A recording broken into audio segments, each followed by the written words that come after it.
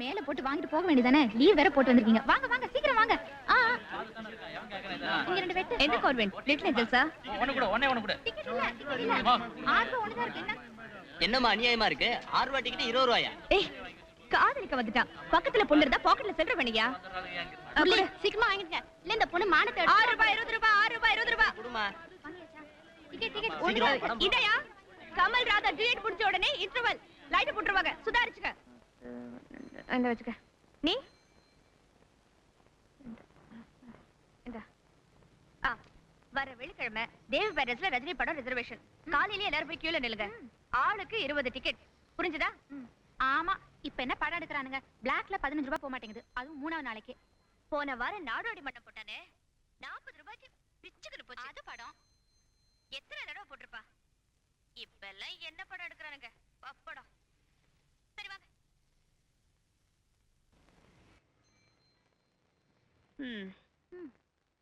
இது வேற.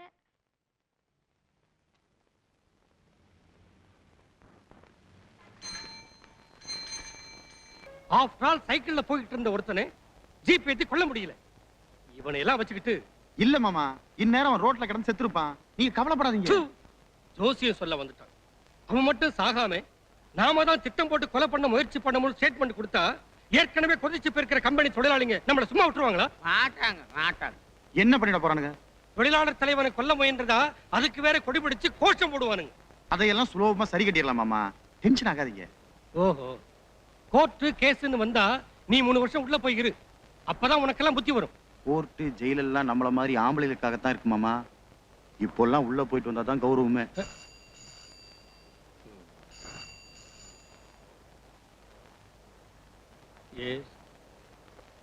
ஆமா, மோகன சுந்தரம் தான் பேசுறேன். வாட்? ஆமா சார், அடிச்சு போட்டது உங்க ஜீப்பு, ஓட்டிக்கிட்டு போனது உங்க உறவுக்கார பையன் மாணிக்கன்னு எங்களுக்கு தகவல் கிடைச்சிருக்கு. யோ துர்ராஜ், அதிவீரம் பற்றி தெரியுமா? எருக்கன் சத்திரம் சோறு தண்ணி கிடைக்காத பட்டி தொட்டிக்கு போக தயாரா இருக்கியா ஐயா? மிஸ்டர் மோகன சுந்தரம், கொஞ்சம் மரியாதையா பேசுங்கன்னா நல்லது. மரியாதையா ஃபைல க்ளோஸ் பண்ணிட்டு வெயிலுக்கு ஊட்டி கொடைக்கானல்னு போய் ஜாலியா இருய. ஏதாவது பணம் காசு பண்ணா வந்து வாங்கிட்டு போ. மிஸ்டர் விஜய், இந்த மாதிரி சவடாலாம் நான் நிறைய பார்த்திருக்கேன். நீங்க போங்க, நான் பார்த்துக்கிறேன். Thank you sir. வரேங்க.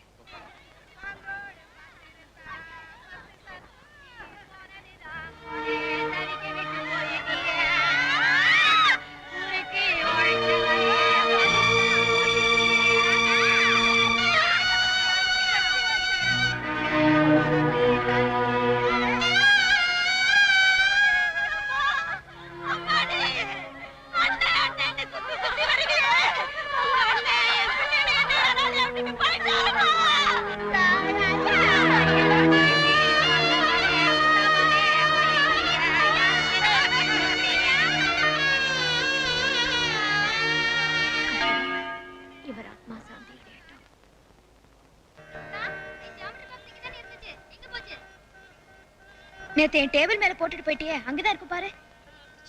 தேடி நேரம் எல்லாம் போகுது. ஸ்கூலுக்கு வர நேரமாச்சு. அக்கா, இங்க சகப்பிரபன் வச்சிருந்தேனே பாத்தியா? வச்ச இடத்துல தேடினா தானே கிடைக்கும். எதுக்கு எடுத்தாலும் அக்கா அக்கா அக்கா. எப்படிதான் ஒரு வீட்டு போய் இது என்னடி இது? ஐயோ சாரிக்கா.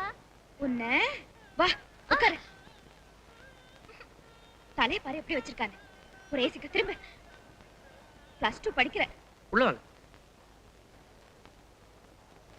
இப்படி உட்காருங்க. மேடம் இப்ப வந்துருவாங்க. Hello madam. Good morning. உட்காருங்க. இந்த ஹிட் அண்ட் ரன் கேஸ்ல ஐ விட்னஸ் இந்த பொண்ணு தான். ஐ see. இவரை தெரியுமில்ல? தெரியுமாவா? உங்க அப்பா நல்லா இருக்காரா? அக்கா, நான் போயிட்டு வரேன். சரி ஜாகிரதையா போயிட்டு வா. நான்சி, அதானே உன் பேரு? ஆமா.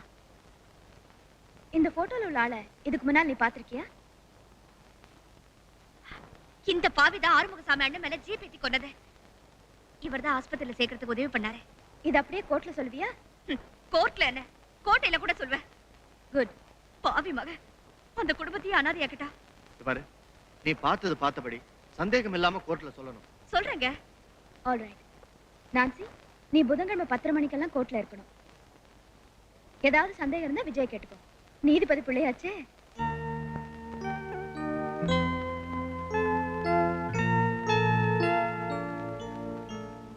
உங்க அப்பா ஒரு ஜட்ஜின்னு ஏன் என்கிட்ட சொல்லல? சொல்றதுக்கு சந்தர்ப்பம் வரல, அவசியம் இல்ல. அதுவும் இல்லாம இந்த மாதிரி தமட்டை அடிக்கிறதுலாம் எனக்கு பிடிக்காது. இந்த பாரு, அக்பர் பாதுஷாவோட மகன் சலீம் தான் ஒரு சாதாரண சிப்பாயின்னு ஏன் அனார்கலி கிட்ட சொன்னான்? அதெல்லாம் எனக்கு தெரியாது. அங்கதான் விஷயம் இருக்கு. சரி பொண்ணாச்சே, சரி கட்டிடலான்னு நினைச்சிருக்கீங்க? இல்ல, நான் கொஞ்சம் வித்தியாசமா நினைச்சேன். சரி பொண்ணாச்சு, சரி கட்டிக்கலாம்னு நினைச்சேன். எப்படி?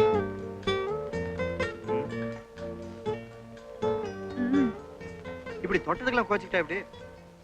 விடுங்க. சரி, இதை இதோட விட்டுரு. அதுதான் நானும் சொல்லிட்டு இருக்கேன். கைய விடுங்கடா. சரி, உன் கையை விட்டுறேன், காலை வேணா பிடிக்கிறேன். ஆனா கட்டாத. பக்கத்துல இருக்கிறவங்க ஒரு மாதிரி பார்க்க ஆரம்பிச்சிட்டான். யோ, வாயாங்க. நீ பாட்டுக்கு எடுத்துட்டு வர, நீ பாட்டுக்கு எடுத்துட்டு போற. கோயில்ல நைவேத்தியம் காட்டுற மாதிரி வெய்யா சாப்பிடணும். சாப்பிடு. இந்தா. Yes, proceed. ஆறுமுகசாமியை ஜீப் ஏத்தி கொண்ட அந்த டிரைவரை நீ பாத்திருக்கியா? Again I object. Arumugasamy jeep ஏற்றிய இடத்தில் இறக்கவில்லை, ஆஸ்பத்திரியில் தான் இறந்திருக்கிறார். எனவே ஜீப் ஏற்றி கொன்றதாக கூறுவதை குறிப்பிலிருந்து எடுத்து விடும்படி கேட்டுக்கொள்கிறேன். ஆறுமுகசாமி அந்த இடத்துல இறக்கலனாலும் ஜீப் ஏத்துனதுனால தான் அவர் இறந்திருக்காருன்னு போஸ்ட்மார்ட்டம் ரிப்போர்ட் தெளிவாக்குகிறது. My learned friend. Objection overruled. அந்த ஜீப் டிரைவர் உன்னால அடையாளம் காட்ட முடியுமா? நிச்சயமா. அவ முகத்தை நான் நல்லா பாத்திருக்கேன். இதோ நிக்கிறாரே, இந்த மாணிக்கத்தை எங்கேயாவது நீ பாத்திருக்கியா? ஆமாமாமா, இதுக்கு முன்னால அகஸ்தியா தியேட்டர்ல பாத்திருக்கேன்.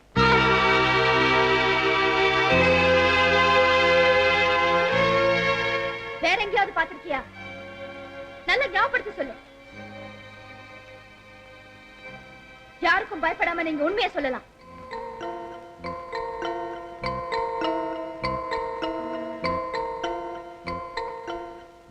இல்லைங்க, இதுக்கு முன்னால போலீஸ் ஐடென்டிபிகேஷன் பரேட்ல இந்த மாணிக்கம் தான் ஜீப் ஏத்துக்கோனான்னு அடையாளம் காட்டிருக்கேன். இப்ப அப்படி இல்லன்னு சொல்றேன். ஐயா, இது போலீஸ்காரங்க மிரட்டி கேட்டதாலதான் நான் அப்படி சொன்னேன். No, you... Public prosecutor, don't intimidate the witness. ஏமா, ஜீப் ஏத்துக்கொன்னது இந்த மாணிக்கம் இல்ல, அப்படித்தானே? நிச்சயமா இல்லைங்க.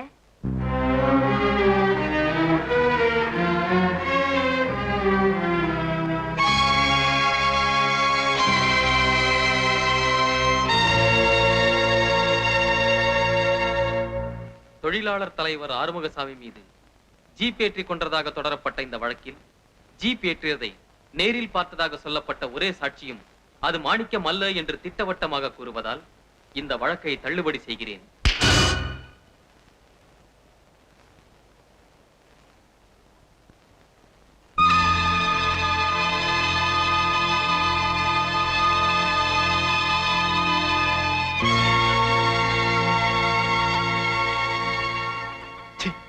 காட்டிட்ட பத்தியா? எனக்கு வேற வேலை வெட்டி இல்லாம தான் இத்தனை நாளா நீ இழுத்த இழுப்புக்கெல்லாம் உன் கூடவே சுத்திக்கிட்டு இருந்தேன் நினைச்சியா? உன் முகத்துல முழிக்கிறதே எனக்கு கேவலம்.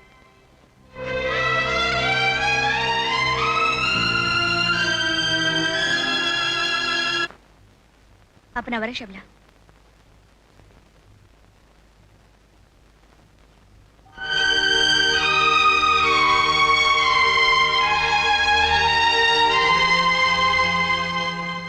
மனசாட்சிக்கு விரோதமா கோர்ட்ல பொய் சாட்சி சொல்லி என்ன தலைக்குறி வச்சுட்டேன். நீ எல்லாம் ஒரு சும்மா நிறுத்துங்கம்மா. ஆறுமுக அண்ணாவை அடிச்சு போட்டது அவன் தானே சொன்னா மட்டும் என்ன இருக்கு போகுது? திட்டமிட்டு செஞ்ச அந்த கொலைக்கு 7 வருஷம் உனக்கு தண்டனை வாங்கி கொடுத்திருப்பேன். அடுத்த கோட்டு அதுக்கு மேல் கோட்டுன்னு போய் வெளியே வந்திருப்பான். இப்ப நீ மட்டும் என்ன செஞ்ச? மத்தவங்க பார்த்து சிரிக்கிற மாதிரி மனுஷ தன்மையை அடகு வச்ச. நெஞ்சில கொஞ்சம் கூட ஈர இல்லாம லஞ்சம் வாங்கின. வக்கீலம்மா, அவளை திட்டாதீங்க. எது நடந்தாலும் எரிஞ்ச பணம் எழுந்து வரவா போகுதுன்னு சாந்தா மனசு நொடிஞ்சு சாஞ்சப்போ நான்சி இந்த பணத்தை சாந்தா கிட்ட தான் கொண்டு வந்து கொடுத்தேன்.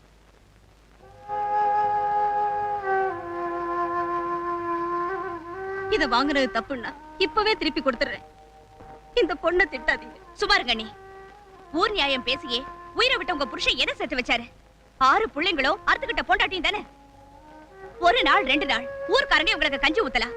அப்புறம் வளர்ந்த வயசுக்கு வந்து நிக்கிற பூத்தவ படிக்க காலேஜுக்கு போகணும்னு துடிக்கிற இவ எட்டும் போட்டும் தெரியாத இத்தனை பொட்ட பிள்ளைங்களை வச்சு எப்படி இந்த பொம்பளை காலத்தை ஓட்டுவா? மோகன் சுந்தரத்தோட ஆள் வந்து பணத்தோட நின்னப்போ இந்த குடும்ப நிலைமைதான் என் கண் முன்னால நின்னுது. கர்த்தரை மனசுல நினைச்சு காசை வாங்கிட்டேன்.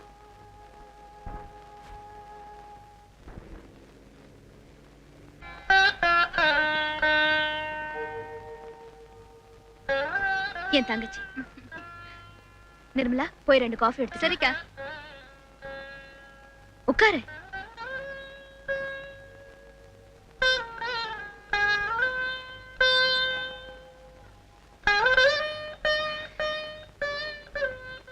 நான்சி, நான் இது வரைக்கும் எத்தனையோ கேஸ வாதாடி எத்தனையோ குற்றவாளிகளுக்கு தண்டனை வாங்கி கொடுத்திருக்கேன். நிரபராதிகளுக்கு விடுதலை வாங்கி கொடுத்திருக்கேன். ஆனா அந்த தீர்ப்புங்க கோர்ட்டுக்கு வெளியில ஏற்படுத்துற பலாபலனை பத்தி உன்ன மாதிரி இந்த கோணத்துல நான் சிந்திக்கவே இல்லை. பொய் சாட்சி சொல்றதொன்னும் என் ப்ரொஃபஷன்ல புதுசு இல்ல. என்னமோ தெரியல, நீ பொய் சாட்சி சொன்னதும் உன்னை கூப்பிட்டு பேசணும்னு நினைச்சேன். ஆமா, நீயே அந்த குப்பத்துல இருக்க? யார்கிட்டயாவது மனசு விட்டு பேசணும்னு ரொம்ப நாளா நினைச்சுக்கிட்டு இருந்தேன். எங்க அப்பா ஒரு ஐயங்கார், எங்க அம்மா மேரி ஒரு கிறிஸ்டியன். ஒரு கிறிஸ்துவ பொண்ணை கல்யாணம் பண்ணிக்கிட்ட எங்க அப்பாவோட குடும்பமும், ஐயங்கார கல்யாணம் பண்ணிக்கிட்ட எங்க அம்மாவோட குடும்பமும் அவங்கள ஓட ஓட விரட்டுச்சு.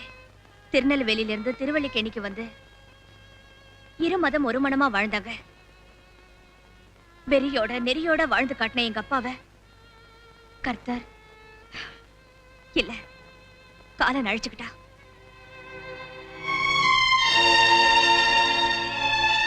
கலப்பு திருமணத்துக்காக அரசாங்கம் கொடுத்த தங்க மெடலை வித்து 4-5 மாசம் ரேஷன் வாங்கணும்.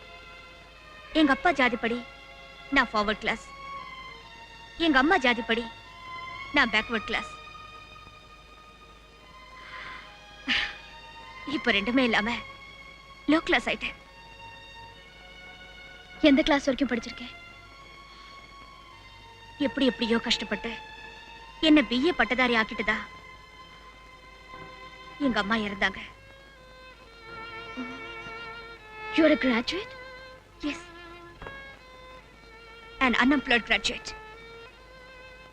நாட்டுக்கு இன்னொரு வேலையில்லா பட்டதாரியா இருக்கிறத விட பட்டத்தை தூக்கி போட்டு 10 பாத்திரம் தேய்க்க கூட தயாரான.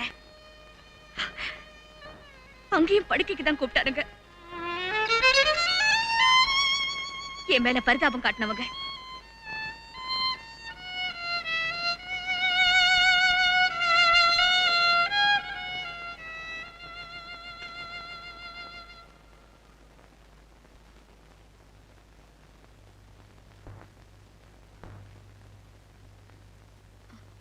காஃபி சாப்பிடு. நான்சி, நீ விரும்பினா குமஸ்தா முத்தண்ணாவோட கூடுமாட ஒத்தாசியா நீயும் இங்கே இருக்கலாம்.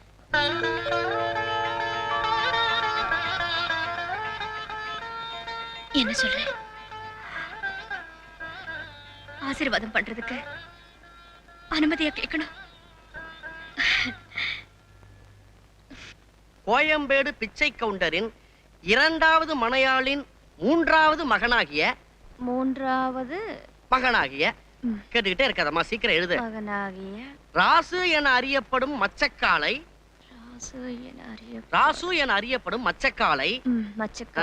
மச்சக்காலைனா மாடா?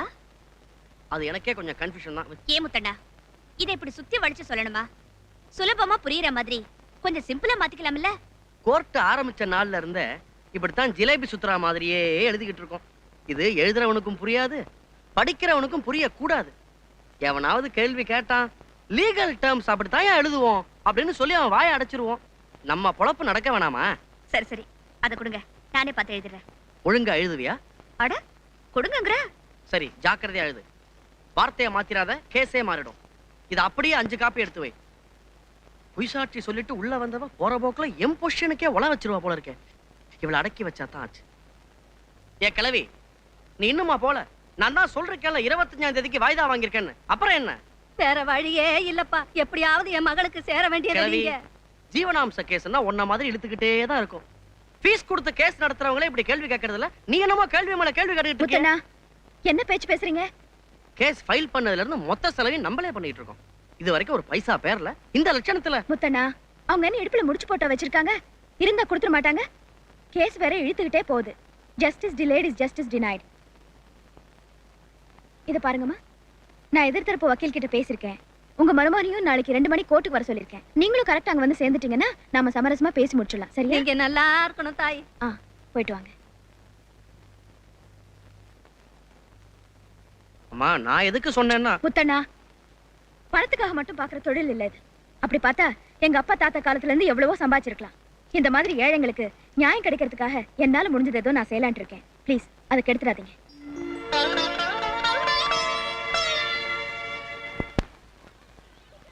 Happy birthday to me.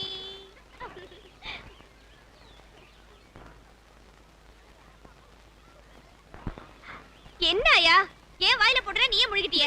இந்த சடங்கெல்லாம் எனக்கு எப்படிமா தெரியும்? ஓயா.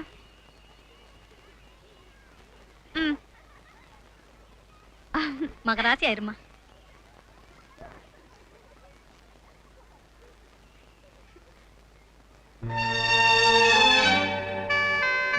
இங்க குடுமா, நான் கொடுக்குறேன் பசங்களுக்கு. பசங்களா வாங்க வாங்க வாங்க வாங்க.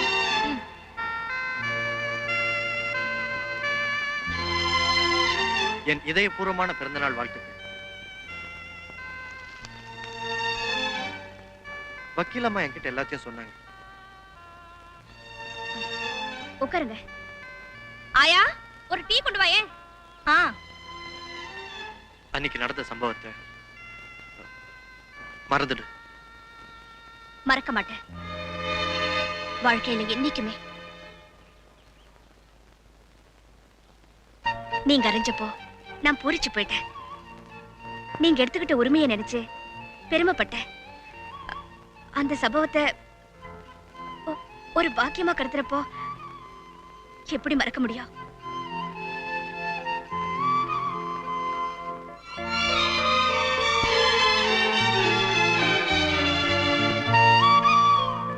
நான்சி, என் மனசுல உள்ள காதலை எப்படி சொல்லணும்னு நான் தயங்கிட்டு இருந்தேன்.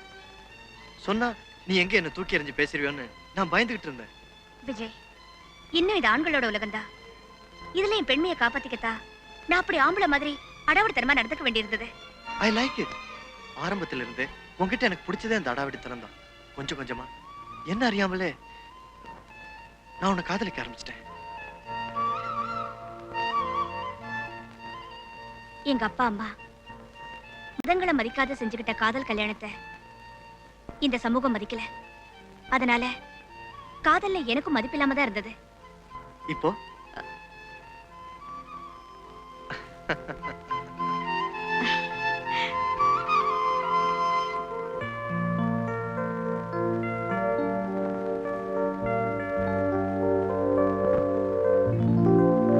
அடியாத்தி, இதுக்கப்புறம் எதுக்கு டீ?